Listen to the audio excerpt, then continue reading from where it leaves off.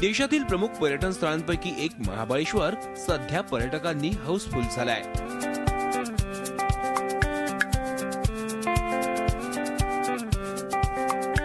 दिवाळी सणानिमित्त शाळांना लागलेल्या सुट्ट्या, त्यात पावसाप्रमाणेच रुसलेली थंडी यामुळे मुंबई पुणेकरांसह राज्यातील पर्यटकांची पावलं थंड हवेच्या शोधात महाबळेश्वरात दाखल झाली।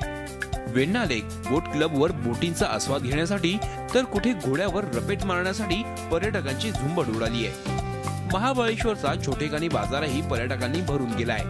मुंबईवरून आलो इथे महाबळेश्वरला फिरायला आणि खूप मजा येते। प्रतापगड इथले सगळे पॉइंट्स आणि गर्दी खूपच आहे, कारण दिवाळीची सुट्टी आहे सगळ्यांना। हॉलिडेज म्हणजे महाबळेश्वर, तर खूप मजा येते। पण ट्रॅफिक खूप आहे, त्यामुळे फार ठिकाणी अडकायला होतात। थोडंसं ट्रॅफिकचं अरेंजमेंट करायला हवं, पण खूप धमाल येते। एकदम चांगलं वाटलं। पुण्यावरून आलोय आम्ही, 2 दिवस राहिलेलो आहे। निसर्गाचा आनंद घेतलेला आहे। निसर्ग फारच चांगला आहे इथे। येथील वातावरण कायमच पर्यटकांवर मोहिनी घालतो, म्हणूनच प्रत्येक सीझन मध्ये पर्यटक इथं हमखास येतो।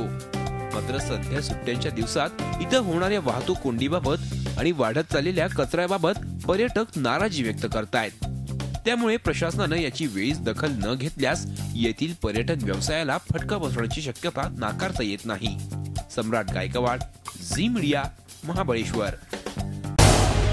झी 24 तास रहा एक पाऊल पुढे।